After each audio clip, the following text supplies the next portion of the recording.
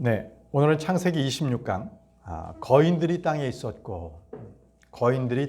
있었고라는 제목으로 창세기 6장 4절에서 9절 말씀을 우리가 공부하도록 하겠습니다. 창세기 6장 4절에서 9절 말씀입니다. 먼저 4절 말씀을 보도록 하겠습니다. 당시에 거인들이 땅에 있었고 그 후에도 있었으니 곧 하나님의 아들들이 사람의 딸들에게로 들어와서 사람들의 딸들이 그들에게 자식을 낳았을 때라. 바로 그들이 옛적에 막강한 남자들 곧 저명한 사람들이 되었더라라고 되어 있습니다.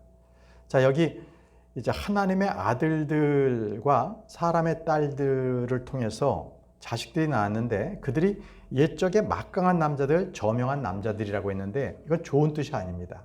결국은 사람들에게 막강했고 또 저명한 사람들이 됐기 때문에 결국은 하나님께는 반역한 자들입니다. 자, 중요한 것은 하나님의 아들들이 사람의 딸을 취해서 거인들이 탄생했는데 바로 그 거인이 자이언트들입니다. 자이언트. 히브리어로는 네피림이라고 합니다. 네피림. 그래서 실제 여러 나라에서 5m가 넘는 거인의 뼈가 발견됐다는 건 증언을 하면서 그 사진 기록들을 인터넷에 많이 올립니다. 그러나 사람들은 그것을 하나의 이야기거리로만 간주하고 마는데요. 그러나 분명히 성경에는 노아 홍수 이전에 이 땅에 이 벽화 같은 걸 보게 되면은 이 큰 사람이 호랑이를, 사자를 그냥 고양이처럼 잡고 다니는 것을 이 벽화 모양이 많이 나타나 있습니다. 그런 것들은 그냥 그 당시의 사람들이 생각 없이 그런 것이 아니라 실제 그 거인이 사자를 고양이처럼 그렇게 다뤘다는 거예요. 네.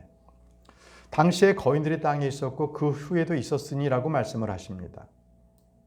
이것은 이 거인들은 대홍수 이전에도 있었고 그 이후에도 있었다는 것입니다. 출애굽 때 그 이스라엘 백성들이 가나안 땅을 정탐했을 때에 거기 거인들에게 나온 안악의 자손들이 있었다고 그들은 얘기했어요. 정탐하고 와서. 그리고 그들에게는 꼭 우리가 풀무치처럼 그렇게 아주 형편없이 작은 자였다라고 그렇게 말하고 있습니다. 민수기 13장 33절입니다. 그리고 거기서 우리가 안악의 자손들인 거인들, 안악 자손들이 거인입니다. 곧 거인들에게서 나온 자들을 목격하였노라. 그런즉 우리 자신이 보이기에도 우리가 풀무치들 같았으니 그들 보기에는 또 우리 자신도 그들을 봤을 때 우리 자신이 너무나 부질없고 형편없고 밟으면 그냥 죽어가는 풀무치들 같다는 거예요. 자, 이렇게 모세 오경을 보게 되면요, 거인들이 사는 지역, 거인들의 도시, 그리고 거인 족속들에 대해서 여러 번 언급을 합니다. 신명기 2장 20절 말씀 보시면요, 그것도 거인들의 지역으로 간주되었느니라. 거인들의 지역이죠. 거인들이 옛적에 그 안에 거하였더라. 그런즉 암몬 족속들이 그들을 잠숨 족속들이라 불렀느니라. 자, 그들을 잠숨 족속들이라고도 불렀다는 거예요. 그러니 안악 자손들, 잠숨 족속들, 엠 족속들, 아주 이 거인 족속들이 굉장히 많이 살고 있었던 거죠.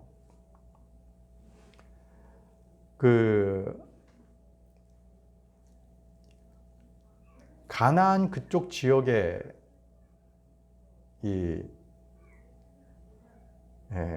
이스라엘 백성들이 그곳에서 전쟁을 했을 때에 바산 왕의 옥이라는 자가 있었습니다. 바산 왕 옥.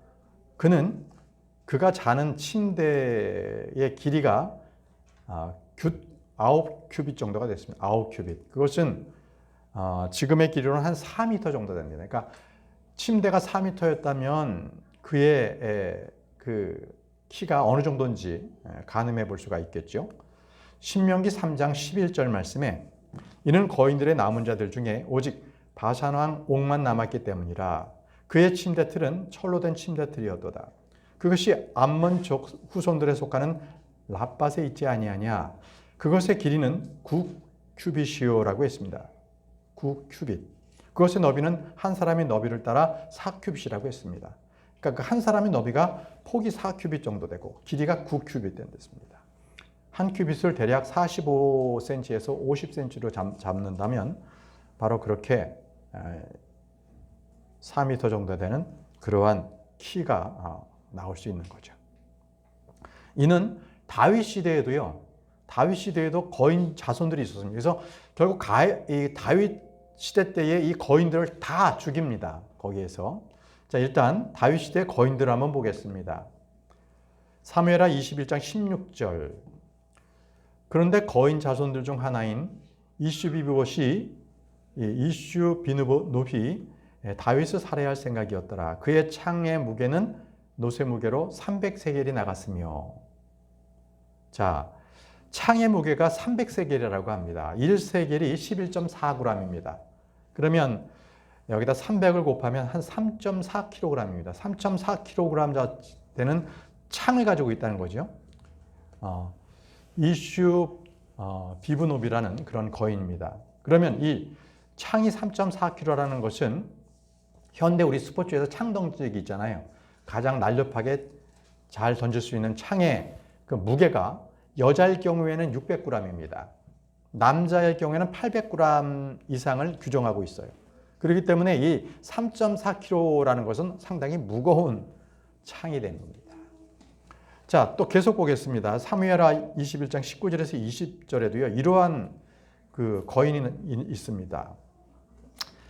자, 베들레헴족 야알의 오르김의 아들 엘하나니 가드족 골리앗의 형제를 살아야 돼요.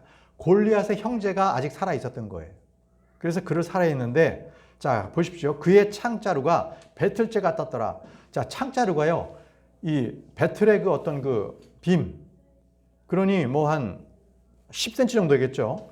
그러니까 창자루가 그렇게 두꺼웠다는 겁니다. 그리고 가드에서 한 전투가 또 벌어졌는데, 거기에 키가 장대한 한 남자가 있었으니, 이 남자는 독특합니다.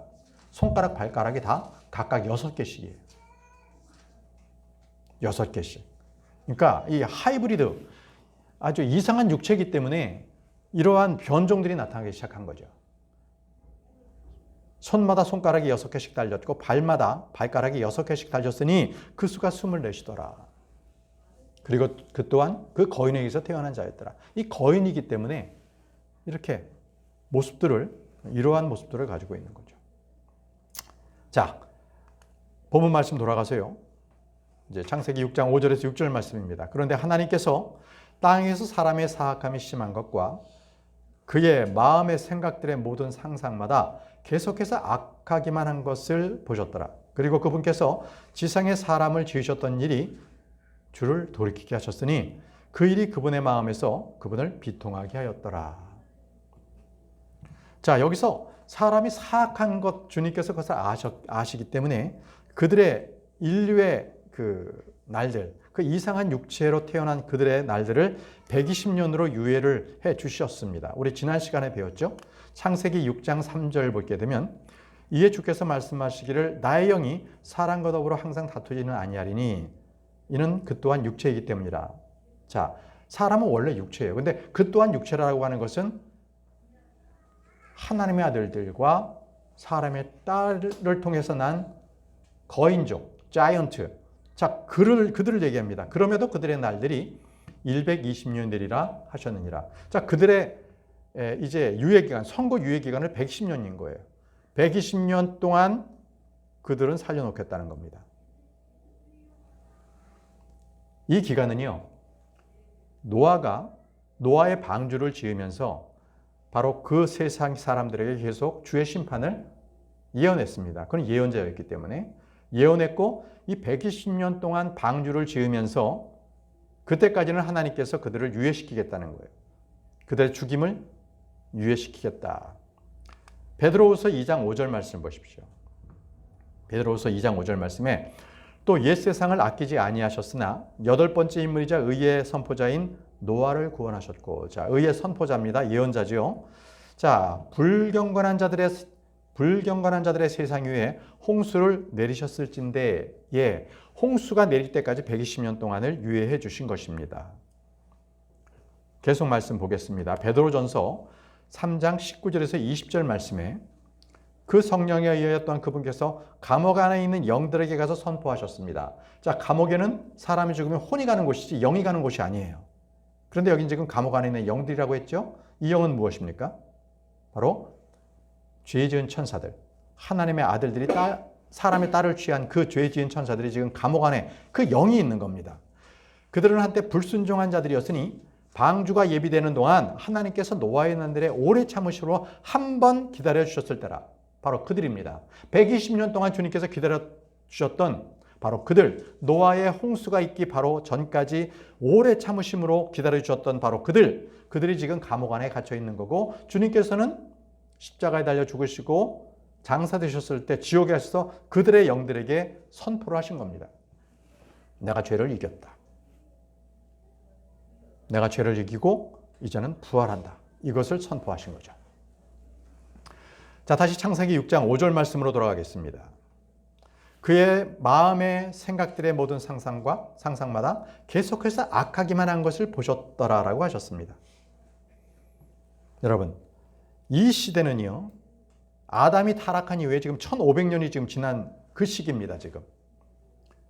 그런데 계속적으로 사람은요, 악해지기만 하고 있었다는 것입니다. 계속 죄를 짓고 있는 거예요. 그러니까 하나님께서는요, 그들에게 그 사악한 거, 악한 것을 계속 보셨어요. 보세요. 요즘 세상도요, 점점 계속 더 악해져 가고만 있습니다. 이제 마지막 때를 향해서 치닫고 있는 거죠. 교육은 어떻습니까? 교육은 계속적으로 어린아이들에게 하나님을 모르도록 가르칩니다. 쥐나론을 가르치고요. 창조론을 얘기하게 되면 이상한 아이라고 생각합니다. 경제적으로도요, 하나님의 말씀대로 믿고 생활하는 사람들이 살 수 없는 그러한 사회적 경제 시스템으로 되어 있습니다. 이 하나의 경쟁이죠, 경쟁. 각종 생활에서도 마찬가지입니다. 의도적으로 사람들로부터 하나님의 생각을 멀게 하는 것, 이것이 바로 요즘 세대입니다. 자, 하나님께서 사람들에게 본 것은 바로 그 사람의 사악함입니다. 모든 문제는요, 그 사람의 본성, 그 사람의 마음 속에 있습니다. 그 마음의 생각들의 모든 상상과 계속해서 악하기만 한 것을 보셨더라라고 했습니다. 자, 이 말씀을 통해서 결국은 사람은요, 다 악하다는 거예요. 태어나면서 아주 선한 그 성선설을 주장하는 것은 잘못된 것이라는 거죠. 학교에서 성선설을 가르치고 사람은 원래 이렇게 착한 사람들이다, 이렇게 얘기를 하는데 그것은 아니라는 거예요. 원래 사람은 사악합니다. 이게 하나님 말씀입니다. 예레미야 17장 9절 말씀에 마음은 만물보다 속임수로 가득하고 극도로 사악하니 누가 마음을 알 수 있으리요 라고 하셨습니다. 마음은요, 속임수로 가득하고 극도로 사악합니다. 그래서 마음에 예수 그리스도를 받아들이지 않는 자는 이미 그는 정죄를 받은 상태예요. 하나님으로부터 정죄를 받았고 자기 스스로도 벌써 사악한 죄가 자기 안에서 있어서 그는 벌써 정죄를 받은 겁니다. 요한복음 보십시오. 요한복음 3장 18절에서 19절 말씀에 그를 믿는 자는 정죄를 받지 아니하느니라. 그러나 그를 믿지 아니하는 자는 이미 정죄를 받은 것이라. 이는 그가 하나님의 독생자 이름을 믿지 아니하였기 때문이라. 그런즉 이것이 정죄의 근거니 곧 빛이 세상 속으로 왔으나 사람들이 그들의 행실들이 악함으로 빛보다는 도리어 어둠을 사랑한 것이라. 하나님을 믿으려 하지 않아요. 전도를 해도요, 사람들은 거부하는 사람이 굉장히 많습니다. 그들은 하나님을 믿지 않기로 작정을 했어요. 작정을 한 사람들입니다. 이것이 바로 사람들이 점점 더 사악해지고 악해져 가고 있다는 것에 대한 그러한 증거죠. 그래서 주님께서 분명히 창세기 6장 5절에 말씀하셨어요. 그들의 마음들의 생각들의 모든 상상마다 계속해서 악하기만 한 것을 보셨더라라고 하셨습니다. 여러분, 우리는 지금 악한 시대에 살고 있습니다. 저와 여러분들은 우리의 마음을 지켜야 합니다. 잠언 4장 23절에 열심을 다하여 너의 마음을 지키라. 열심을 다하여 너의 마음을 지키라. 이는 인생의 문제들이 거기서 나오기 때문이라. 모든 우리의 문제들은요, 우리의 마음속에서부터 욕심과 욕망과 죄로 꿈틀거림에 대한 그 욕망 속에서 바로 거기서부터 문제들이 터져 나오기 시작합니다. 그래서 사람들이 악한 것은요, 그 마음의 결과로부터 악함이 나오는 겁니다. 로마서 7장 7절에서 8절 말씀 보십시오. 로마서 7장 7절에서 8절. 그렇다면 우리가 무슨 말을 하겠느냐? 율법이 죄냐? 하나님께서 금하시기를 바라노라. 아니니라. 율법에 의하지 아니하고 내가 죄를 몰랐으리라. 자, 율법이 아니면 죄를 몰랐다는 거예요. 제가 여러 번 사례를 말씀드렸죠. 신호등이 없었을 때는 마음대로 건너면 됩니다. 그러나 신호등이 딱 생겼어요. 법이 생겼죠. 교통 법규가 생긴 겁니다. 그랬을 때는 신호등을 지키지 않고 빨간불인데도 건너면 그건 뭐예요? 법을 어긴 겁니다. 다시 말하면 죄를 짓는 거죠. 이렇게 되는 겁니다. 그래서 율법이라는 것은 바로 죄를 알게 하는 거예요. 법을 딱 세워놓기 때문에 율법이 없었을 때는 죄를 몰랐죠. 죄를 지어도 죄인 줄 몰랐죠. 바로 그 말씀을 하는 거예요, 지금. 이는 너는 탐내지 말라 하고 율법을 말하지 아니었다면 내가 정욕을 몰랐을 것이기 때문이라. 율법에 탐내지 말라라는 말씀을 하셨기 때문에 바로 탐을 내면 그건 죄라는 것을 알게 됐다는 것이죠. 그러나 명령에 의해 계기를 잡은 죄가 내 안에서 온갖 불의의 욕구를 야기하였느니라. 이는 율법이 없이는 죄가 죽었기 때문이라. 자, 바로 이것은 하지 마라고 율법이 정해졌어요.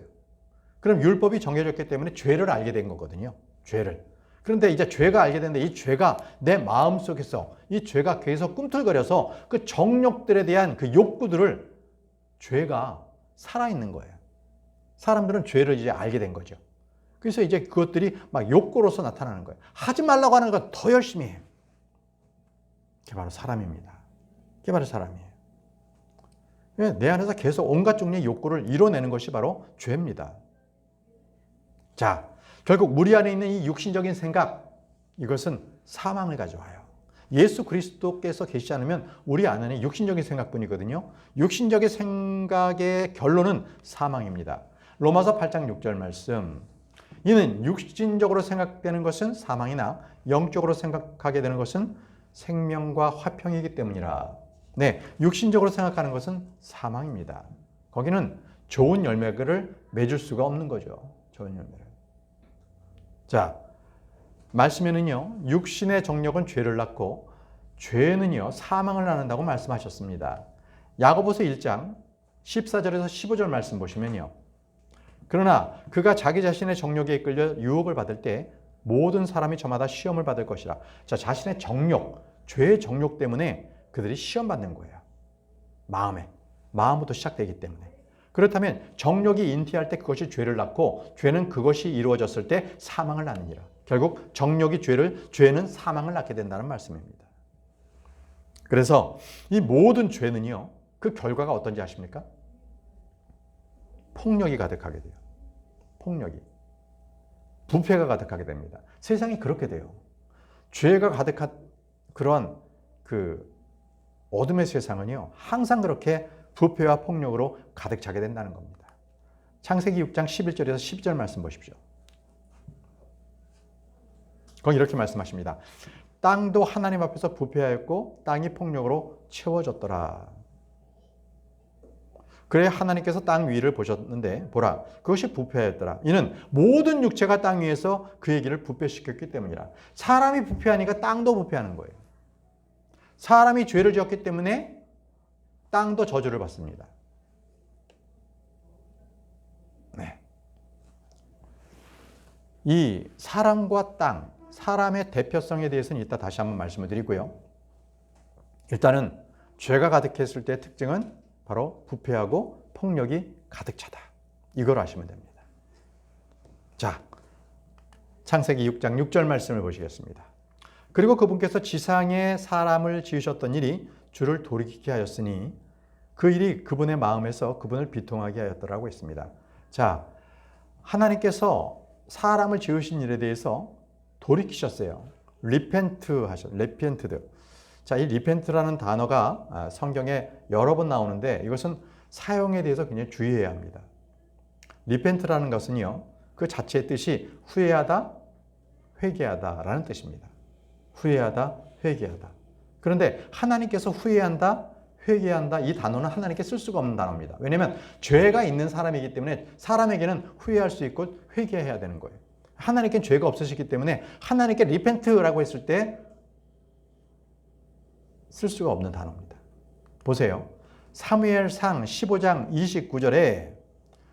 하나님께 대해서 이렇게 말씀하십니다. 그리고 또한 이스라엘의 힘이신 분은 거짓말도 아니하시고 후회하지도 아니하시리니 이는 그분께서는 사람이 아니시기에 후회하지 아니하시기 때문이라. 자, 사람은 죄인입니다. 사람은 후회합니다. 그러나 하나님께서 사람이 아니시기 때문에 후회하지 않습니다. 리펜트하지 않으신다고 분명히 말씀하셨어요. 그러면 주님을 말씀하시는 그 문장에서 리펜트가 나왔으면 어떻게 처리해야 하겠습니까? 후회한다? 회개한다? 이 말씀은 하나님께 맞지 않습니다. 그래서 1828년 웹스터 사전이라는 게 있습니다. 여기에는 성경의 모든 단어를 성경적으로 그것을 풀이해 놓고 있습니다. 거기에 보게 되면 이 리펜트라는 단어에는요, 단순히 마음을 돌이키다라는 뜻도 있습니다. 자, 하나님께서는 죄를 짓지 않기 때문에 후회하거나 회개하지 않으시죠? 그것은 인간에게만 쓰이는 말입니다. 자, 그런데 하나님께 리펜트라고 썼을 때는 오래 참으심의 끝이라는 거예요. 방향을 바꾸신다, 돌이키신다, 이렇게 사용해야 됩니다. 그래서 시편을 보겠습니다. 시편 106편 45절에 하나님에 대해서 이렇게 노래하고 있습니다. 그리고 그분께서는 그들을 위하여 자신의 언약을 기억하셨고 그분의 허다한 자비들에 따라 돌이키셨도다. 리펜트 하셨다는 거예요. 근데 여러분, 여기서 이 말씀에서 하나님께서 후회하셨다, 회개하셨다라는 것이 맞겠습니까? 그분의 허다한 자비들에 따라서 회개하셨다, 후회하셨다. 이게 말이 안 되는 거예요. 이것은 그분께서 그 자비들에 따라서 돌이키셨다라는 것으로서 하나님께는 리펜트가 이렇게 돌이키셨다라고 사용돼야 합니다. 자, 그 용례는 출애굽기에도 있습니다. 출애굽기 32장 14절에 그러자 주께서 그분의 백성에게 행하기로 작성하신 그 해악에 관하여 돌이키셨더라, 리펜트도 하셨더라라는 거예요. 이는 모세가 이제 시내산에서 십계명을 받고 돌판에서 내려오는데 이스라엘 백성들이 광야에서 그들은 금송아지를 만들어 놔서 거기서 완전히 축제를 벌이고 있었습니다. 그래서 이 사건으로 인해서 하나님께서 그들에게 작정하신 해악이 있었습니다. 그러자 모세가 기도를 합니다. 그들을 살려주시기를 기도를 하죠. 그래서 주님께서 이 말씀하셨어요. 내가 그들에게 행하기로 작정한 그 해악에 관하여 돌이키겠다는 거예요. 돌이키겠다. 그게 리펜트입니다.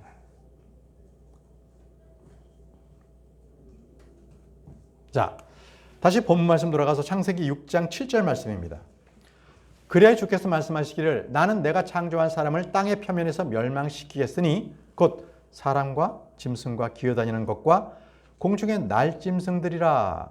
날짐승들 모두라. 이는 그것이 나로 하여금 내가 그것을 만든 것에 대해 돌이키게 하였기 때문이라 하셨느니라. 자, 여기서 보면 하나님께서요, 내가 창조한 사람을 땅의 표면에서부터 멸망시키겠다고 하셨어요. 예, 분명히 죄는 사람이 졌죠. 그런데 왜 이어서 나오는 말씀에는 짐승과 기어다니는 것과 공중의 날짐승들 모두를 다 멸하신다고 하셨을까요? 자, 죄는 사람이 졌는데 왜 동식물들, 땅까지도 다 저주를 받는 것일까요? 이것이 바로 대표성에 있습니다. 사람은요, 하나님께서 인간을 만드시고 그들에게 이 세상을 지배하도록 하셨습니다. 바로 권위를 주신 것이죠. 근데 그 권위자가 타락하면 그 왕국도 다 타락하게 되는 겁니다. 축구 경기를 생각해 보십시오. 올림픽 경기에 나간 우리 선수단이 경기를 합니다. 그래서 국민들은 열렬히 응원을 하죠. 그런데 우리 선수들이 게임에서 졌어요. 그러면 그 나라의 우리 국민들은 어때요? 속상하죠. 대표 선수가 게임에 졌는데 우리가 속상해요. 바로 그것처럼 대표성을 갖는 거예요. 그 나라의 대표권이 있기 때문에 그 나라 국민들도 아쉬워하는 거죠. 그래서 사람이 죄를 지으면 그 사람과 연관되어 있는 모든 온갖 자연 만물들이 다 똑같이 부패하는 걸로 죄를 받게 된다는 거예요. 그래서 이 땅에서의 모든 동식물들은요, 빨리 하나님의 아들들, 그러니까 구원받고 완전히 새롭게 변화된 그런 하나님의 아들들이 나타나기를 기다리고 있다고 말씀하세요. 로마서 8장 19절입니다. 로마서 8장 19절에 이는 창조물의 열렬한 기대가 하나님의 아들들이 명백하게 나타나는 것을 기다리고 있기 때문이라. 여기서 하나님의 아들이라는 것은 바로 크리스천입니다. 교회입니다. 예수 그리스도의 신부들이 다시 나타나는 거예요. 그때는 언제예요? 천년왕국. 온 동식물들이 천년왕국을 지금 기다리고 있다고 로마서 8장 19절에 말씀을 하고 있습니다. 다시 본문 말씀으로 이제 창세기 6장 8절 말씀을 공부하겠습니다. 자, 그러나 노아는 주의 눈들에서 은혜를 발견하였더라라고 했습니다. 여러분, 첫 번째 언급의 법칙 기억하십니까? 은혜라는 단어가 성경에서 처음 나왔습니다. 이 은혜라는 단어는 대부분 이 첫 번째 나왔을 때 똑같이 그 뒤에 이어져서 나오는 모든 구절들에도 그 은혜는 같은 의미로서 대부분 쓰이게 됩니다. 노아는 주님께 은혜를 입었습니다. 자, 이것은 노아가 주님으로부터 은혜가 발견되었다고 되는 것은 은혜로 받는 구원을 예표하고 있습니다. 바로 우리가 구원받은 것은 나의 행위가 아니라 하나님의 은혜라는 것이죠. 물에서 노아의 방주를 지어서 구원받았습니다. 물에서 구원받고요. 롯은 어떻게 됐습니까? 소돔과 고모라에 불과 유황이 떨어질 때 롯은 그곳을 피하게 했죠. 천사들이. 불로부터 구원을 받았습니다. 모두가 다 주님의 은혜였습니다. 그래서 주님께서는요, 롯에게도 은혜를 주셨어요. 그래서 그는 구출받기 바로 그 직전에 하나님부터 은혜를 입었다고 기록되어 있습니다. 창세기 19장 19절에 이제 보소서 당신의 종이 당신의 목전에서 은혜를 발견하였으며 제 생명을 구원하심으로써 당신께서 제게 보이신 당신의 자비를 당신께서 드높이셨나이다. 소돔과 고모라와 함께 롯이 멸망하지 않고 은혜를 주셨어요. 은혜를 그의 목전에, 하나님의 목전에서 그에게 주신 거죠. 그래서 성경에서 은혜라는 단어가 노아 때 처음 쓰였고요. 그 다음 롯 때 은혜라는 단어가 또 쓰였습니다. 이 은혜의 단어는 쭉 나오다가 맨 마지막 요한계시록 22장 21절 마지막 구절에요. 그때 또 은혜가 또 등장합니다. 우리 주 예수 그리스도의 은혜가 너희 모두와 함께 있기를 기원하노라. 아멘. 이러고 이제 성경이 마치거든요. 성경 말씀 마치는데 은혜로 시작해서 은혜로 마치는 겁니다. 하나님의 은혜가 없으면 우리는 살 수가 없어요. 하나님의 은혜로 우리는 이 공기, 마실 물, 이게 공짜로 우리가 주어졌잖아요. 이게 다 하나님의 은혜입니다. 이게 너무나 당연하게 우리가 받아들이고 있는데 3분만이라도 공기가 없어지면 우리는 살 수가 없는 거예요. 자, 창세기 6장 9절 말씀입니다. 본문입니다. 자, 이것들이 노아의 세대들이라. 노아는 의인이었고 그의 세대들에서 완전하였으며 노아는 하나님과 동행하였더라라고 했습니다. 네, 구약의 관점에서 노아는 분명히 의인이었고 완전했습니다. 노아는 에녹처럼 하나님과 동행한 사람이었습니다. 이제 아담의 세대들은 노아의 홍수로 인해서 다 전멸됩니다. 그러나 이제 노아의 세대들이 이제 그 이후부터 노아의 홍수 이후부터 노아의 세대들이 시작이 됩니다. 자, 이제 노아는 방주를 예비하기 시작하죠. 하나님께서 방주를 예비하라 하셨으니까. 만약에 노아가 방주를 예비하지 않았다면, 하나님의 말씀을 듣고 본인이 아무리 의인이라도 방주를 예비하지 않았다면 노아도 물에 빠져 죽었을 거예요. 그죠? 이 얘기는 뭐예요? 구약 성도들의 구원은 행위가 필요하다는 거예요. 신약 성도는 그렇지 않습니다. 그러나 구약 성도들은 그 믿음을 의로 받고 그 다음에 행위로서 인정받아야 되는 거예요. 정당함을 인정받아야 합니다. 그것이 구약 성도들의 구원의 특징입니다. 그러나 신약 성도들은 한 번에 다 해결되는 거죠. 의나 정당함의 입증이나 그것이 예수 그리스도 안에서 한 번에 입증이 됩니다. 자, 노아가 방주를 짓죠. 히브리서 11장 7절 말씀에 믿음으로 노아는 아직 보이지 않는 것들에 관하여 하나님의 경고를 받고 두려움으로 움직였으며 방주를 예비하여 자기 집이 구원에 이르게 하였느니라. 노아가 방주를 짓지 않았다면 노아 역시도 홍수 났을 때 죽었어요. 근데 그는 하나님의 말씀을 받고 사람들에게도 전했고 자기 역시 그 말씀에 순종해서 방주를 예비했다는 것입니다. 그래서 노아는 의인이라고 했습니다. 의인. 여러분, 구약의 3대 의인이 나옵니다. 누굴까요? 욥과 다니엘과 노아입니다. 욥과 다니엘과 노아가 구약의 3대 의인으로서 성경에 나옵니다. 이 의인은요, 이 행위가 없어서는 안 돼요. 구약에서는 행위 없는 믿음의 소유자는 아닌 거예요. 안 됩니다. 노아는 하나님께서 명령하신 것들에 대해서 그대로 다 순종해서 행했습니다. 자, 의인 한 사람인 욥도 한번 볼까요? 욥기 1장 8절에 그도 완전한 사람이라고 했습니다.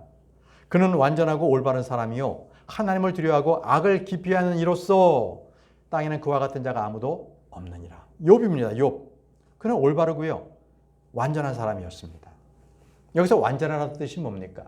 죄가 없다는 뜻? 아닙니다. 죄가 없이 완전한 사람은 없습니다. 이 문맥에서 말씀하시는 것은 하나님께서 욥에게 말씀하신 것을 온전하게 그걸 지켜온 사람을 말합니다. 그래서 그를 완전하다라고 말하고 있습니다. 하나님의 뜻을 완전하게 이행을 해오고 있었다는 것입니다. 이처럼 노아는 그 시대에서 완전한 사람이었습니다.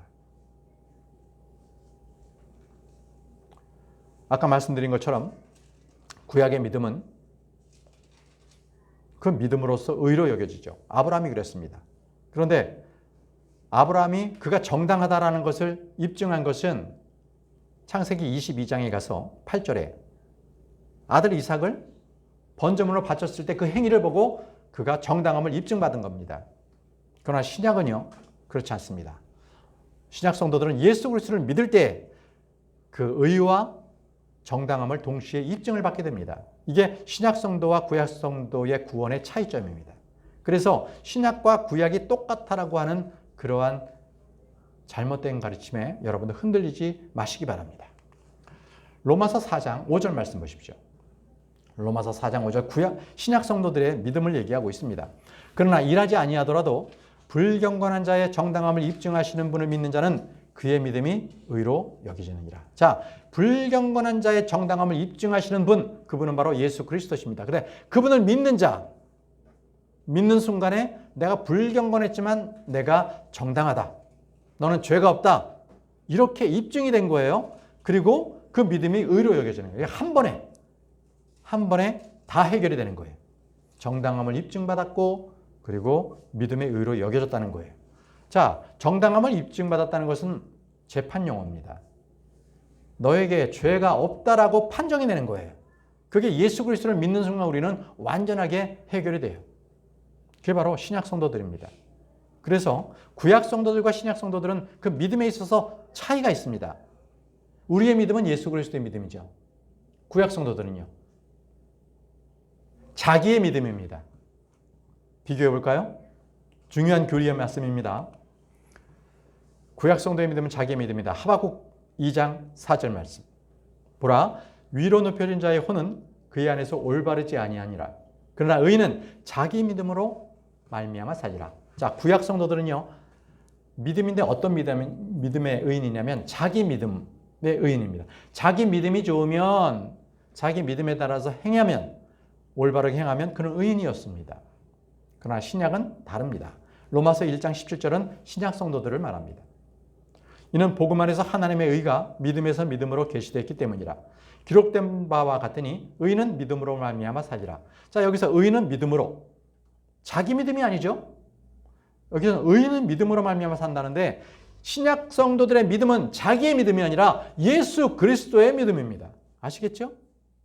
그러니까 처음에 우리가 예수 그리스도를 받아들일 때 빌리브입니다. 내가 예수 그리스도를 믿겠습니다. 빌리브 하겠습니다. 라고 하죠. 그랬을 때 예수님께서 우리에게 주시는 믿음이 있는데 그것은 페이스입니다. 페이스. 믿음을 주세요. 그것이 바로 예수 그리스도의 믿음입니다.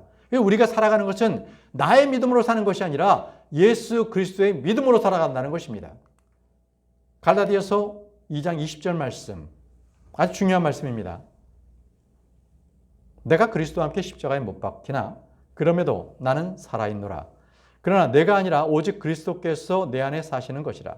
그런즉 이제 내가 육체 안에서 사는 삶은 나를 사랑하시어 나를 위하여 자신을 주신 하나님의 아들의 믿음으로 사는 것이라. 하나님의 아들의 믿음으로 사는 것입니다. 저와 여러분들은요, 지금 믿음으로 살아가는 것은, 우리의 믿음은 나의 믿음이 아니라 예수 그리스도의 믿음을 우리에게 주셨기 때문에 그 믿음으로 살아가는 거예요. 그래서 주님께서 그 믿음을 보시고 우리를 정당하다라고 입증하시는 거죠. 그래서 이것이 오늘 우리가 신약 성도와 구약 성도의 믿음에 대해서 우리가 뒷부분에서 우리가 공부를 했습니다. 자, 오늘은 여기까지 해서 성경 공부를 마치도록 하겠습니다. 기도하고 마치겠습니다.